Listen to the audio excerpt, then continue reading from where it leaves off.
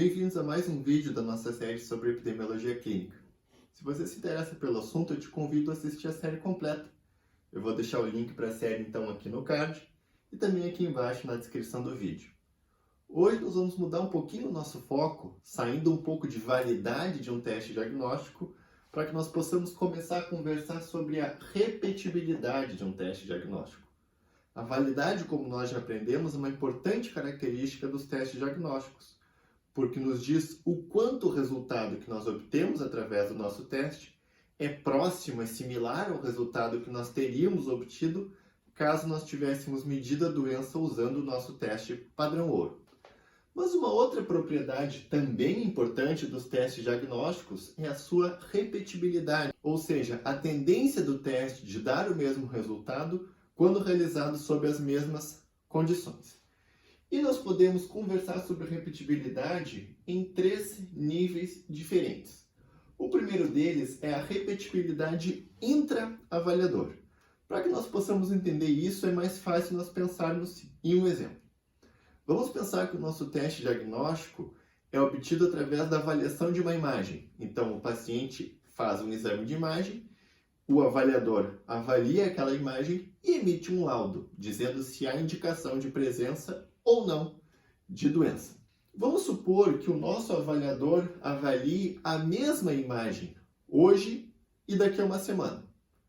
Nós esperaríamos que o resultado fosse o mesmo, afinal, a mesma imagem está sendo avaliada. A tendência, então, da mesma pessoa laudar a imagem do mesmo jeito seria, então, a repetibilidade intra-avaliador. Um outro exemplo seria o seguinte: vamos supor que uma amostra biológica foi coletada e armazenada de forma adequada. Então, a mesma pessoa, utilizando o mesmo protocolo, processa essa amostra hoje e processa essa mesma amostra semana que vem. Nós esperaríamos que o resultado do teste laboratorial seria o mesmo. Afinal, ele se baseia na mesma amostra. Então, seria mais um exemplo de repetibilidade ou não intra-avaliador. Uma segunda forma de repetibilidade seria a repetibilidade entre avaliadores. Na primeira, nós falamos a tendência do mesmo avaliador produzir os mesmos resultados. Na segunda, é a tendência de diferentes avaliadores produzirem o mesmo resultado. Voltando ao nosso exemplo do teste de imagem.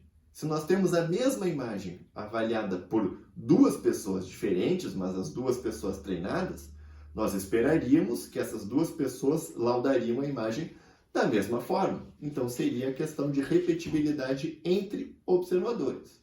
No exemplo do teste laboratorial, se nós temos a mesma amostra processada por 2 laboratoristas diferentes, nós esperaríamos que o resultado dos 2 testes seria o mesmo, afinal a amostra é a mesma. Então, seria a questão de repetibilidade entre avaliadores. Nós podemos falar ainda, pessoal, de uma terceira forma de repetibilidade, que é a repetibilidade intra-paciente. Muitos dos testes diagnósticos que nós realizamos são sujeitos a uma variabilidade natural que uma pessoa pode apresentar. Isso é muito evidente, por exemplo, num teste laboratorial, um teste de glicemia, por exemplo. Afinal, a glicemia da pessoa pode variar muito de um dia para o outro. Ou, por exemplo, um teste de pressão arterial, uma medida de pressão arterial, que também pode variar muito de um dia para o outro, até mesmo no mesmo dia, dependendo da situação da pessoa. Então, nós podemos pensar em repetibilidade intrapaciente da seguinte forma. Nós temos o mesmo avaliador utilizando o mesmo protocolo, mas o momento em que o paciente foi medido é diferente. Num caso de um teste laboratorial, por exemplo, nós podemos coletar sangue do paciente hoje, processar esse sangue, enfim, e coletar o sangue de novo na semana que vem e comparar então os resultados dos 2 testes laboratoriais para a gente ter uma ideia da repetibilidade intrapaciente. Claro que nós queremos que essa repetibilidade seja alta, ou seja, que exista pouca variabilidade intrapaciente.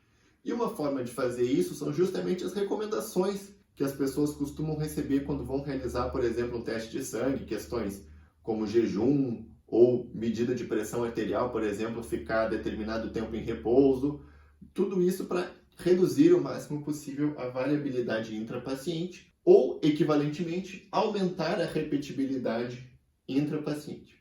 Como nós já vimos, nós podemos medir a validade de um teste diagnóstico através de estudos de validação. Nós podemos, então, medir a repetibilidade de um teste diagnóstico através de estudos de repetibilidade.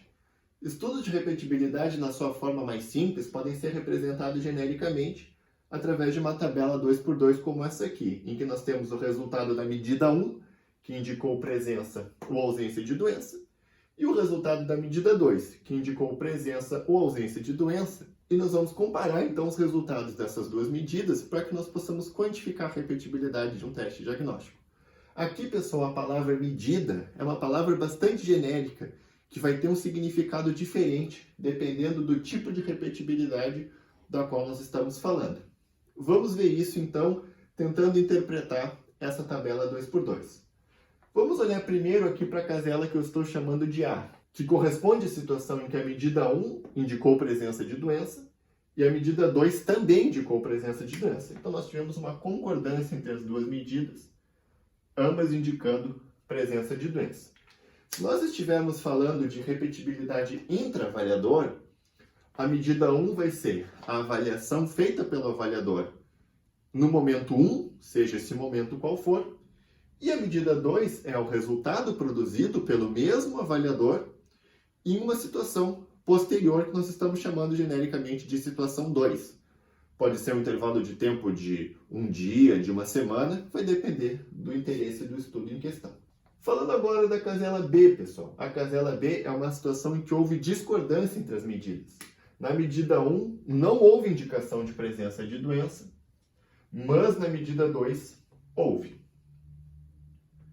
Se nós estivermos falando de repetibilidade entre avaliadores, nós vamos interpretar a casela B da seguinte forma. A casela B é o número de pacientes em que o avaliador 1 não detectou presença de doença através do teste, mas o avaliador 2 detectou presença de doença através do mesmo teste. Indo agora para a casela C, pessoal. A casela C também é uma casela em que houve discordância, mas de forma contrária em relação à casela B. Na casela C, nós temos que a medida 1 indicou presença de doença, resultado positivo, mas a medida 2 não indicou presença de doença, resultado, então, negativo. Se nós estamos falando de repetibilidade intrapaciente, nós podemos interpretar a casela C da seguinte forma: como o número de pacientes em que, numa primeira amostra, por exemplo, coletada desses pacientes, foi detectada a presença de doença, mas numa segunda amostra coletada desses mesmos pacientes, não foi detectada a presença de doença. E por fim, a casela D é uma casela em que houve concordância, assim como na casela A, mas na situação oposta, ou seja, na medida 1 não houve indicação de presença de doença e na medida 2 também não houve indicação de presença de doença. Com isso, então, nós concluímos a nossa introdução a esse conceito de repetibilidade. Em vídeos futuros, nós vamos aprender algumas métricas de repetibilidade.